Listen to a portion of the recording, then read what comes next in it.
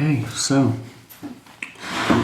it's now 4 o'clock in the morning of what's technically day 4. It's actually 0404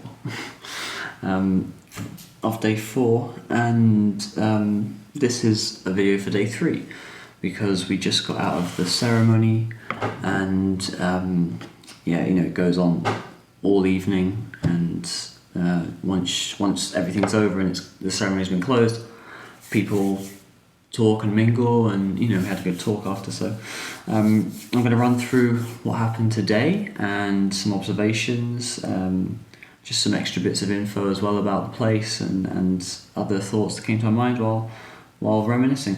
So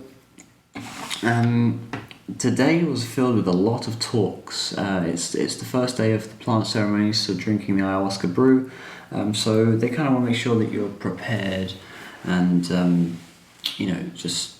you've got a good foundation of what's going on. So Gerard Powell, or Jerry, who wrote the book Mrs. Moon's Medicine, and the owner of this place, CEO and everything, he gives his speech, his backstory of where he came from, how he got here, or what he did with his life and how things changed. And he's a really, really good speaker. He's really heartfelt, good funny guy. He speaks the truth and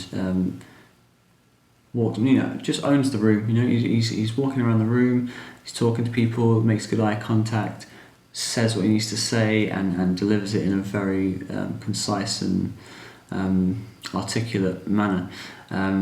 He swears and curses, so it makes people laugh, and he's really genuine. The story that he told was really heartfelt, and he was welling up with tears and kind of choking on his words at some point, because there's just so much emotion behind the story, and you can really feel that from knowing where he came from, and this experience just was overwhelming. So it was a really good speech, and that kind of set the tone of going into the next talk, which was it was called, I think, that was about your miracle, and this was then going into introduction to plant medicine. And I'll just say, so miracle is like a buzzword that's thrown around here everywhere. Everyone's talking about miracles. There's a miracle percentage rate. There's a question did you get your miracle? People say, I got my miracle. Everyone's talking about miracle. So it's it's a business, so there's a buzzword.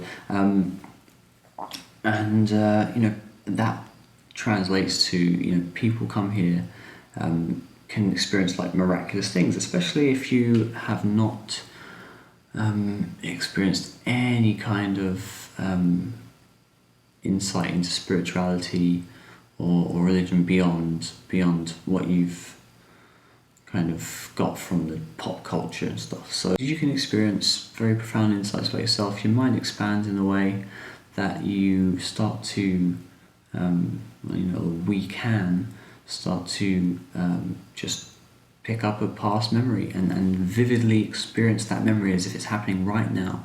You have this ability to dream, and that is going on in your visual centers, and so that gets activated. You produce DMT when you sleep, and this is an active ingredient in the brew, so it brings that as an overlay. So you can have your eyes open and you'll be seeing two worlds. You can see what's happening right physically in front of you, but then this other dream world will start to overlay and kind of blend in. They cross over in a sense, and there's a lot more to that, but that's kind of a good little intro to it for anyone who's not familiar with that concept of psychedelics, or of this doesn't have to be achieved with psychedelics. You can do this just with your breath work if you do those techniques, which I explained in the past couple of videos. Christian Minson speaks about that. He's a really good teacher of those techniques. So so Anyway, moving on. The intro to the medicine, they run through kind of like the do's and don'ts and what to kind of expect, and you do a lot of purging, like there's a lot of like throwing up, defecating, and yawning, sweating, verbal purging, like just getting things out, and that all happens kind of like as and when people feel the need to. So they were just saying, don't worry about how you look or how you feel in front of people. Everyone's doing it together. No one's like looking at each other in the sense like no one's watching you and seeing what you're doing. Everyone's experiencing their own experience. So it was like mind your own business. You're focusing on yourself. You're here to heal yourself and your traumas, your emotional baggage. So why are you going to waste that watching someone else experience their trip? So it was a good like precursor, kind of set some ground rules, and then they give you 3 key concepts, which are as Jerry explained, like he thought he made them up, but they've actually been around for 5,000 years in the shamanic tradition. So this is a really, really old concept, and the concepts are: you ask the medicine to show me who I have become. All the collection of my actions and any interactions. What do they say about me? What traits do I have? What habits do I persist with? And what am I holding on to? What have I not let go of or want to let go of? So that's number one. And he says that takes the longest time, because we have the ego in control. We believe we are our minds, our brains, and we kind of like take this power controlling seat from the brain, and you push your body through like pain and suffering to like get where you need to go, or do that work on time, get that those gains and stuff like that. So we kind of push our body sometimes too much, or like we push it fine, but then we don't like relax it, we don't soothe it out, we don't care for it the way we should. We should after the stress, then the work, which is good, you need to have the release, which is also good. So we forget the release, and that builds up into this tension, and the emotions go with that, and that reflects how we speak to people, everything. So this is a really like rich topic, full of information, so it takes a long time to like decode and get to what's underneath that, the observer, what we call like the soul, or the identity, which is just a blank slate with no identity, no name. Like it's not your name, it's not your job, it's not your your bank account figure. It's like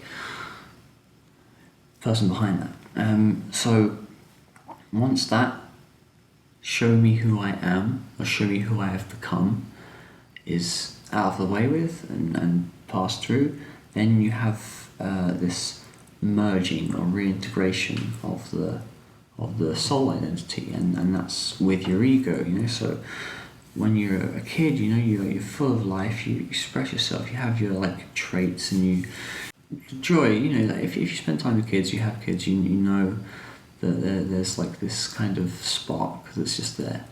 And apparently through what messages have come through to Jerry and other people, is that we have something traumatic that happens to us before the age of 5. It could be any time from like being in the womb to age 5. Something happens that makes us feel unsafe. We don't feel like we are accepted or loved, or or it could have a really bad thing happen. Like there's child abuse, and there's all sorts of things. Like it could even just be that you walked into the room playing one time when you're little, your parents having like a really in-depth conversation or a serious conversation, and they were just like, oh, get the fuck out, or something, or they just said some comment, and that struck in the heart to the kid. So these are the things. Like, it could be anything from like a small detail like that to a really big serious issue. It doesn't matter. For us as children, it's the emotion that counts, and that trigger of, oh my god, like I'm not safe here, like I feel like I'm not welcome, or something bad's gonna like happen or could happen. Your perspective changes into a fearful mindset, and so then we start to tell ourselves like a lie. We start to like distance ourselves from that joy and happiness and expressing ourselves fully, to being like, oh, I can't do this. I have to keep it somewhere. You know, put myself in a box, and all right, I'll hold on to that. And this is me talking now. You know.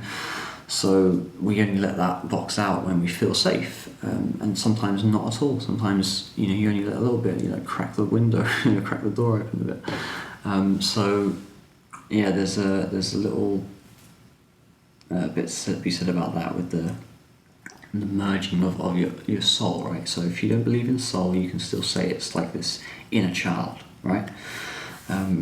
So show me who I've become, merge me with my soul or inner child, and heal my heart.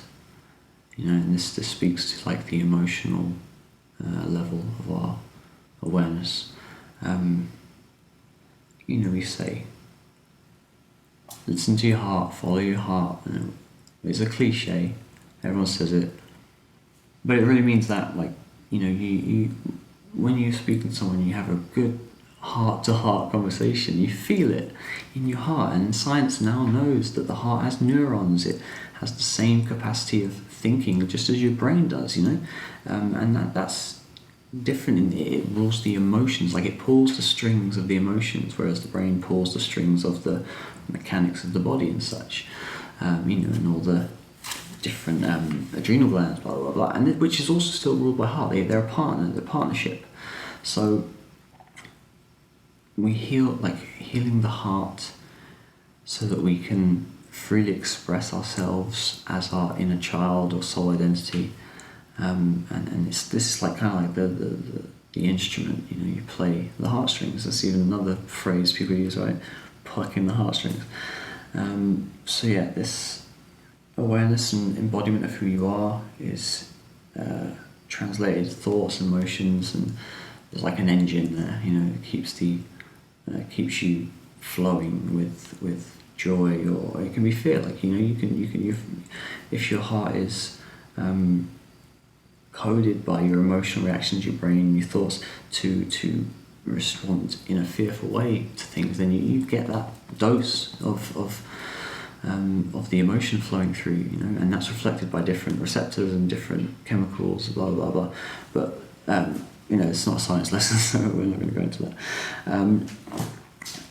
And this, so that was like kind of talking. There's loads of information. As I said, it was just a long day of talking and taking things in.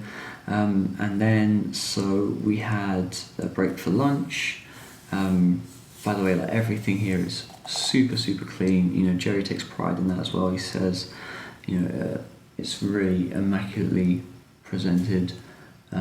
Everything is strong, good quality. You know, like all these pieces of furniture are just really top notch, and you know, it's really hard to kind of find dirt or dust or specks of things around. You know, it just looks brand new, like clinical, which is really nice. You know, really good.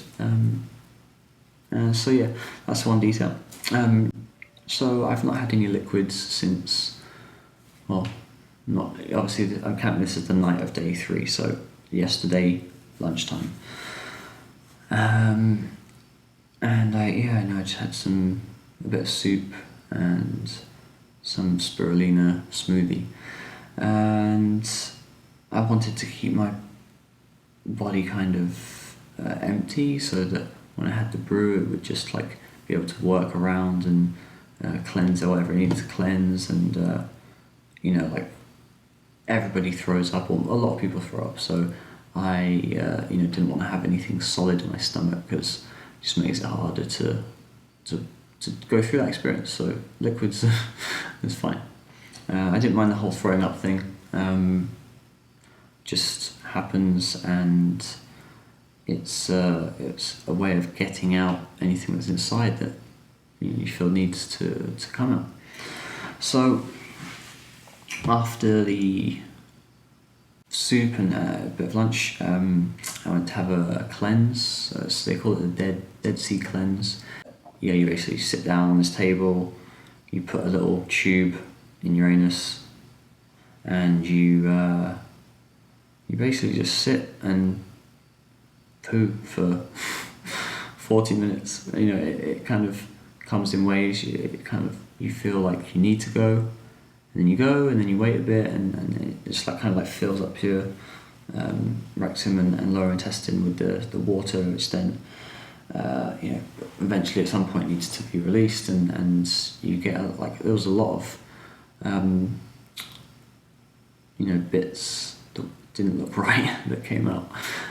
It's a bit vulgar, but there's the black things, stuff that I could tell from looking at it that had been in me for like a year or more, years even, and got to get flushed out. So I felt really good as well. It just felt very relaxing to push that stuff out.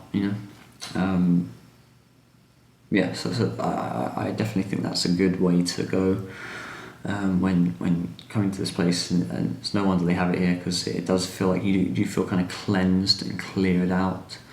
So anyway, after that there was the spirit science talk. So my buddies Aaron and Jordan both conducted a talk, and they went into loads of really full, rich information concerning they're the old sciences of spirituality. They're not sciences in the way what we perceive science to be now, but they are systems that have been constructed to illustrate the spiritual world, or this field, this area of intelligence. So it's mapping and documenting it. So there's the Kabbalah, which is the tree of life, and it's typically the Jewish tradition. You might have seen it. It's got one sphere. Typically, there's a guy holding it, one sphere, and then these other sets of spheres all come off and build into this kind of shape like that. And each nodal point on that framework means something. This is a really in-depth topic, so I'm super just going to gloss over it. But check out the channel Spirit Science if you want to watch more about that stuff. It's really cool. And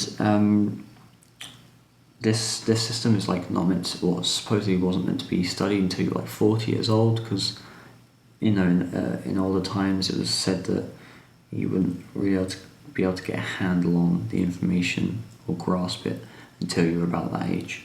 But it's different now. We have more information. We get stuff a lot quicker. So that information is just there, and it's presented in a really, really good way. Jordan and Aaron have done a lot of good work on that, and Elaine as well. Elaine's helping out in the studio now, and Liam, and shout out to all the spirit science people who have contributed. It's really good collection of information being presented in a very nice way. So there's the tree of life. There were the elements, the earth, air, wind, fire, and this kind of what people call ether, or that soul energy, chi, prana, whatever you want to call it. This life force that bonds things together, the force. So there's that connects into the tree of life, and overlays with the tarot. So the tarot cards, this sort of ancient system of divination, but also a map for the way things progress, on a journey. If you take a journey, there'll be conflict resolution and these kind of key points, cornerstones. So this is all linked together in their speech, and they also talk about the kind of quantum physics realm, and the flower of life information, where you're able to this symbol that's on I'll put a picture there. This symbol is it contains a lot of information about light, sound, different geometric and mathematical formulas fit into the ratios of these symbols and the distances. So very, very interesting speech and how it all links together. So I would say go to the YouTube channel Spirit Science and look at that if it interests you. It was a good talk, and it went on for 3 hours, and it was there was a lot of good information in there. So after that, we went to the hot tub for 10 minutes to just unwind. And the guys have been up there, imagine talking for 3 hours in front of people. So it was a good time to relax. So yeah, we got 10 minutes in the tub before we head off to the what's called the flight deck, right? The temple setting, this area where everyone goes to. So I'm going to keep it really brief with the experience that I had and what other people had. I'm going to just generally cover what happened, because you experience so much, and it goes on for like 5-6 hours. So I'm not going to go and ramble on about all that for so long. And a lot of it's like personal, speaks to each individual. But I'm going to I'll go over like some general things. So to keep it brief, everybody, excuse me, everybody comes in, gathers around together. There are, like a kind of ceremonial stand in the middle with a candle, crystals, and a little table. And at the back wall there are the shaman seating areas and other tools they use. And everybody comes in, sits down, gather in a circle. There's an announcement of just a refreshing reminder of what was said in the morning about how to deal with things, what to do. If you feel this, then this is what you do. If you feel that, then that's what you do. And they just prepare you again. So once that's done, everyone does rapé, which is this tube that you get placed up by your nostril. You hold your breath, and they blow tobacco dust. It's like a really fine powder. It's tobacco and a couple other plants mixed together, and they blow that straight up your nose. It goes right up into your sinuses, and you feel like a kind of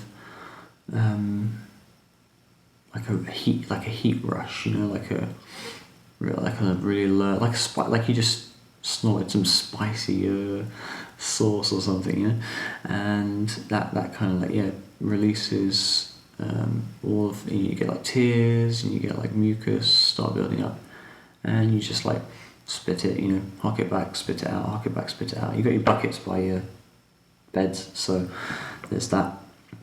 And so once that's done, they prepare the brew, and the brew is ready. People queue up and start taking it. And everybody does their own thing. You have your intention. Like I have this piece of paper they hand out. So it's got kind of like a prayer, or like a contract you make with yourself, or to take this brew, and you basically are saying that if there's any part of me that's like conducting trickery or wants to be like deceitful, that's within me, please ignore that part of me, because the intention that I'm making now, I want to be true and honest, and please respect this spoken word and disregard any negative energy or anything that I say or do that is contrary to that intention. So you kind of like, with your sober mind, you set an intention. You say, this is what I'm looking for, this is what I want to do. Please help me on that journey. And if when I'm up there and high, that if I start acting all crazy and I start saying, I want to do this instead of that, you ignore that basically. So that was a good thing to have before taking the brew. And so once it gets into it, everyone lies down. They start playing some music. They come around with like the I forgot the name of the plant, but yeah, they waft the smoke around into like tobacco fumes and this incense, and then people start singing, chanting, like really softly at first. It's just like kind of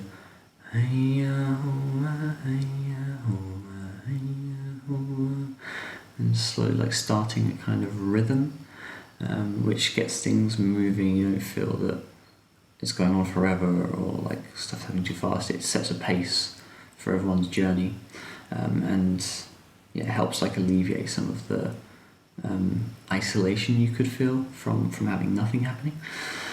So there's everyone kind of lying on their backs, and for me I started like I felt like this tree of life symbol come down and take off.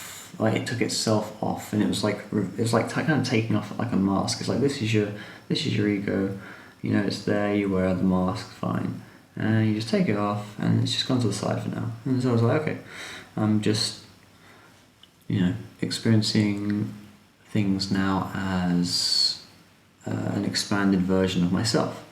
Cool. So everyone by this point has started to maybe make some noises. Some people have started to like retch a bit, and some people starting to puke as well. There's puking going on, and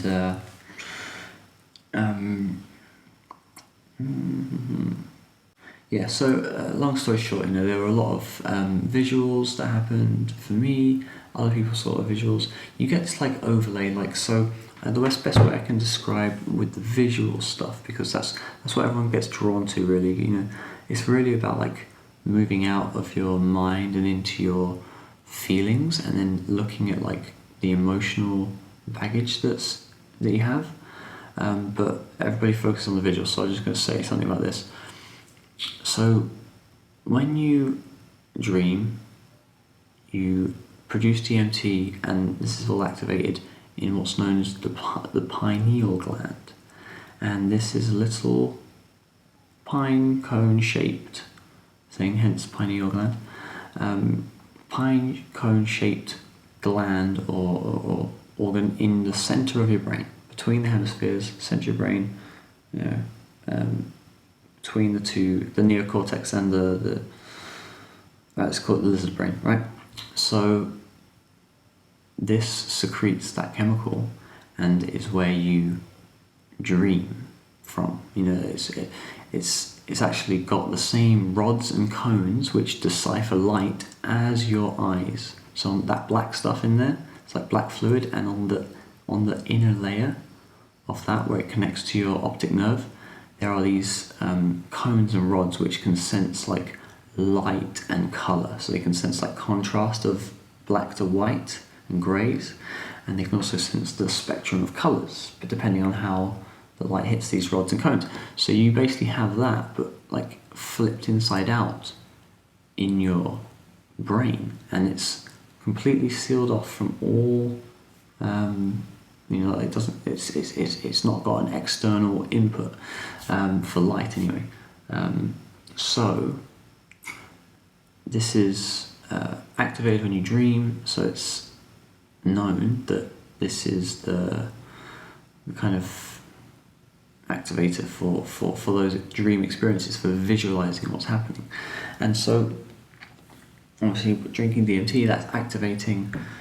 And alright, so you can do this now. Like if you close your eyes, you can see like the screen residue like kind of left an imprint in your vision, and let that fade away a second, and maybe you can like cover your eyes as well if it's light there, and you just look at the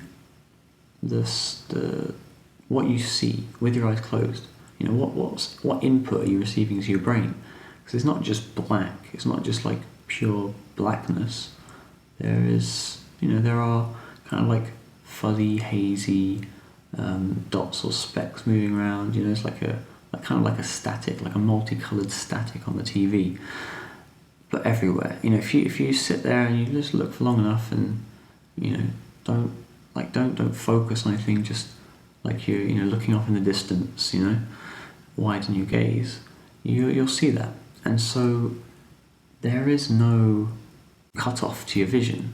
Once you close your eyes, you're still seeing. You're just blocking you're restricting your vision to the immediate area behind your eyelids, So that then lets you realize that this is that those dots and those specks and that whole visual realm with your eyes closed is still there with your eyes open. So you can that's why you can like kind of see blurry lines and things like that when you move your hand, or especially if it's like a flickering light, you can see your hand kind of go stuttering, and that's called persistence of vision. You have this like the same way movies work, right? You see like a movie happening, a film, but it's actually lots of static images, and it creates the illusion that things are moving. So that's kind of like how the visual stuff works, and that's why you get these visions, and like it's super real, and it's there because your inner mind is creating the visual, or you're experiencing it from an inward sense rather than from an outward sense. So that's part of the trip, and the visuals were steady, intense. I'll talk about this in more depth another time. For it's probably a standalone video for that stuff. So this was all happening. Other people having experiences. Some people were like, obviously tackling some personal issues of people maybe abused them, things like that. So we all go through. There's a second drink you have if you want it, and that just kind of takes you on another round of these like waves that come up and down. You go up, and you start to feel some new sense of awareness, and it draws your attention to things about yourself. And once those lessons have been learned, you tackle some problems, you get a nice release, and you go, and then everything becomes really nice, mellow, and you'll start to probably see things more, but like in a really much more like relaxing, peaceful way. And then it goes in waves like that again. It keeps circling around this concept of rising and fall, not pushing you too far, but guiding you. And you really feel like you have like a guide at this point, because there's this presence inside the ayahuasca. It's like a clarity of thought, so to speak. So if you ask a question to yourself, you just get the response. Like you just hear, or it comes to you what the answer is, or suggestion, and okay, that's my answer. After this all happened, like again, it's really brief. After everything happened, we all gather together in the center of the room again, and people start sharing their stories and thanking each other, and just asking any questions, and just a lot of like love and communal bonding. You really start to feel like your family, you're connected, because you've all just had this mind-altering experience, expanded awareness. You feel like you leave your body, you feel like you're experiencing and perceiving things, or at least visualizing them in a way you don't usually do. Like you have very sensitive instruments. You can hear things that are really far away if you listen. You can see things that are really far away if you look, and so on. So it's those subtleties that become shifted into the forefront of your awareness. So that was the end of the ceremony. We all shared the experiences, and after that, we all kind of like mingled a bit, and lots of people just went to their rooms to sleep. We had a few conversations, different people, and then took a nice stroll back here, and here I am. So day one of the ayahuasca was really nice. felt like a good reminder of a good reminder and reassertion of the things I believe in, the things I want to do in this life or in this universe, and also getting rid of any kind of stagnant energy, things that I had that weren't really helping me, any kind of like doubt, or sometimes, because I think a lot of people who've gone on the spiritual path get this. It's like you go, oh, am I crazy? There's like lots of people out there who would say, oh, you're crazy, you're one of those like odd people who believes in woo-woo rubbish or whatever. That's whatever. Say what you want to say. Like, I know who I am and I know what I believe. I know that I tackle things in a very scientific manner as well, and my empirical evidence dictates my understanding of life. So I reaffirm my stance in that, and that happens through just communing with the self, finding truth, finding what is true, what feels like truth from what people say, from what you decipher, and and you test it. It's a scientific model. You trial and test it, trial and test it, trial and test it. If it fails, you just make a new model and you keep going. And that's why we really need to have spirituality and science put together, so we can use both for the other's advantage. There's these two really big divides in the world, and we can learn a lot by understanding, which we're starting to do now with quantum physics and the whole observer effect.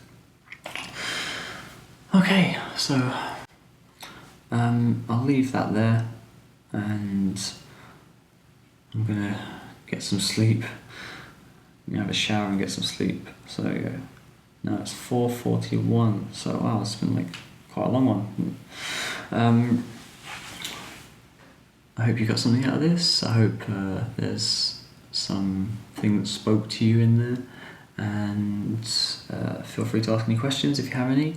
I'm gonna keep up this vlog while I'm here and document each day. Ready for round 2 tomorrow. Thanks guys. Take care. Peace and love.